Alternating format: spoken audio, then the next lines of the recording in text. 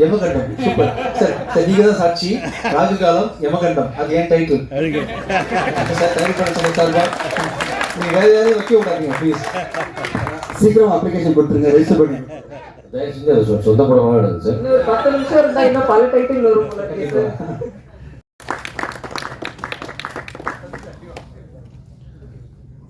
Jitesh சண்டு music அவர்கள் மேடை கழிக்கிறோம்.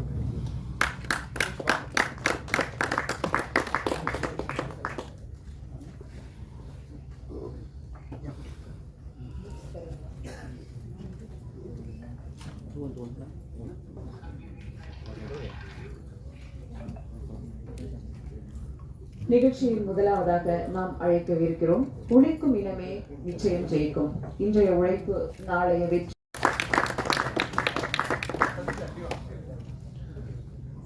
ஜிதேஷ் சண்டு மியூசிக் அவர்கள் மேடை கழிக்கிறோம்.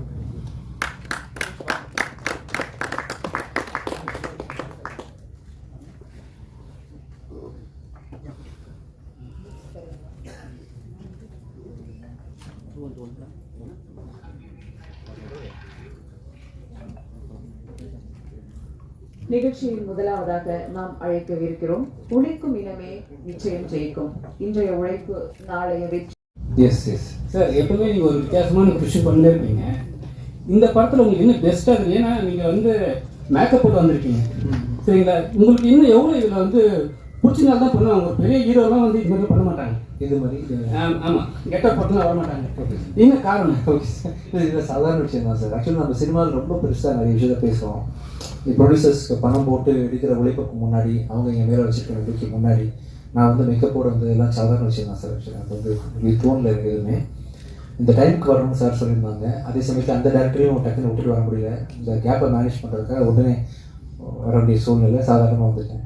ஒன்றும் இல்லை, எனக்கு பிடிக்கும். இந்த காரியத்தை நடத்த முடிக்கணும். அதுக்கு நான் வந்து இன்னும் டைம் கிடைக்கணும். எப்படி வந்தாலும் வந்துடணும். அதுதான் நினச்சேன். அதுக்கு மேலே ஒரு பிரச்சனை சார். இந்த மேக்கப் தான் கேட்கணும். இந்த மேக்கப் வந்து அந்த டைரக்டர் கொஞ்சம் சஸ்பென்ஸாக வச்சிருப்பாரு. நீங்கள் இப்படி எல்லா மீடியாவிலும் கொண்டு வந்துருக்காரு.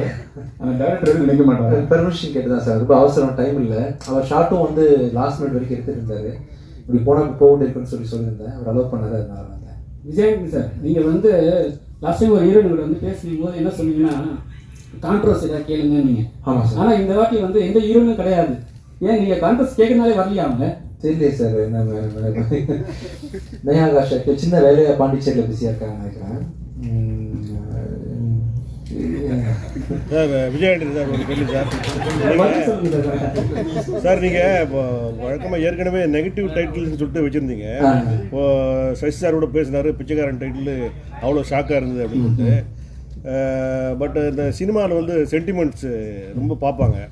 எதனா பூஜை போட்டு தான் ஆரம்பிக்கணும், இல்லைன்னா வந்து நெகட்டிவ் டைட்டில் வைக்கக்கூடாது, அபசகுசமாக பேசக்கூடாது அப்படின்னு சொல்லிட்டுலாம் எல்லாம் திங்க் பண்ணுவாங்க. பட் இனிமேல் இடையில உங்களுக்கு ஒரு ஆக்சிடென்ட் கூட ஆச்சு இல்லையா? பட் அதனால தான் இப்போது வருங்காலத்தில் உங்களோட அப்ரோச் எப்படி சார் டைட்டிலில்? இல்லை சார், இப்போ கரெக்டாக மட்டும் இருக்கும் சார். சென்டிமெண்ட்ஸ் வந்து உங்களுக்கு கிடையாதா சினிமாவில்? இல்லை கிடையாது சார், கிடையாது சார். மனசு தான் சார் எல்லாமே. நீங்கள் ஏதோ ஒரு ராகுகாலம் சொல்லுங்கள், ராகுகாலம் தான் கட்டாயம். அந்த நாளில் வேணால் உங்களுக்கு படம் ஆரம்பிச்சு காட்டுறேன். ராகுகாலத்தை யூஸ் பண்ணுறேன்.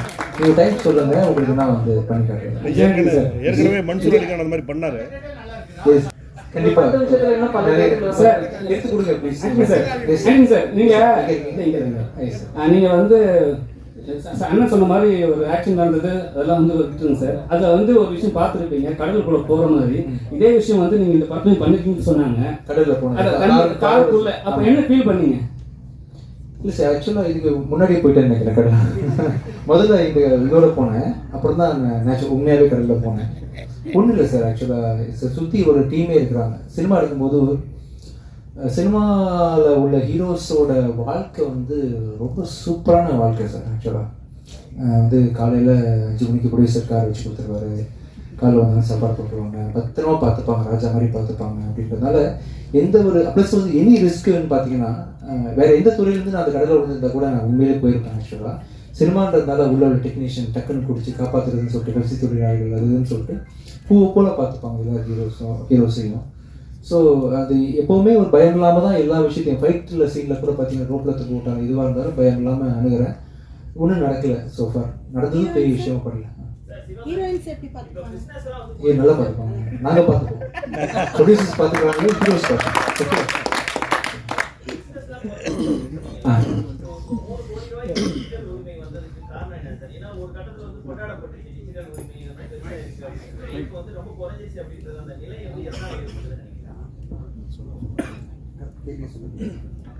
இல்லை நீங்கள் இந்த வியாபாரம் எது குறைஞ்சதுன்னு கேட்குறீங்களா சார்? வியாபாரன்றதை தான் சொன்னேன். இப்போது நம்ம இதுக்கு முன்னாடி வரைக்கும் விஜயானந்த சார் படங்கள், அவருடைய வெற்றி படங்கள், எல்லா படங்களுமே எல்லா படமே சில படங்கள் டிஜிட்டல் விற்காம ரிலீஸ் பண்ணால் விற்றதுக்கப்புறம் பார்த்தீங்கன்னா தமிழ்நாடு என்ன ஷேர் வருதோ அதை விட கூட விற்கிறது தான் டிஜிட்டல் வியாபாரம்.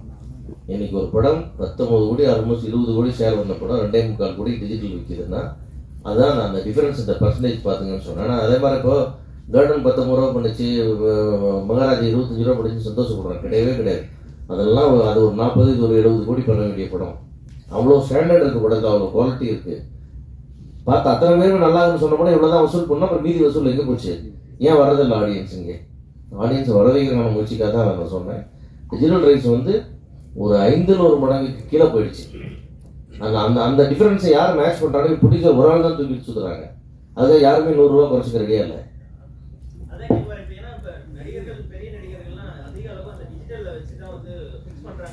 அதுதான் இந்த ரேட்லாம் ஏறிச்சு, மார்க்கெட் ஏறிச்சு. மீதி சேனல்ஸ்லாம் கூடவே வந்தாங்க.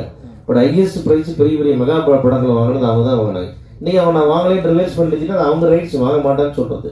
பட் வாங்க மாட்டேன்னு சொல்கிறது பட் நாம தயாராகணும்ல. அதுக்கு நம்ம இண்டஸ்ட்ரி தயார்படுத்தணும். 2019 என்ன இண்டஸ்ட்ரி இருந்தோ திருப்பி ரிவைவ் பண்ணி அங்கே கொண்டு வந்து அந்த ஸ்ட்ரக்சரை கொண்டு வந்தீங்கன்னா தான் சினிமா எடுக்க முடியும். இல்லாட்டி ரொம்ப நாளைக்கு தாங்குற வண்டி இல்லை இது. அதுதான் சொல்ல வந்தேன். அது ஒரு வாணிகை தான் நான் அவ்வளோ ஆமாம் சார். தயாரிப்பாளர் சங்கம்னு இருந்தால் கூட தனி மனிதனா கூட எல்லாரும் யோசிக்கணும்ல. அதுதான் சொன்னேன். பிரெயின் டெட் ஆச்சு, கையை காலு விரல எல்லாம் மாட்டிக்கணும்னு சொன்னேன் நான்.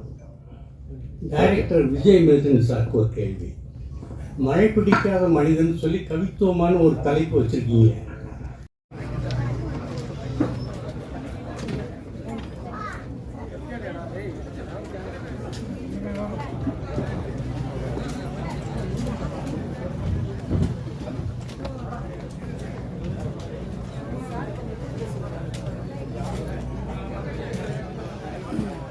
அவசியம்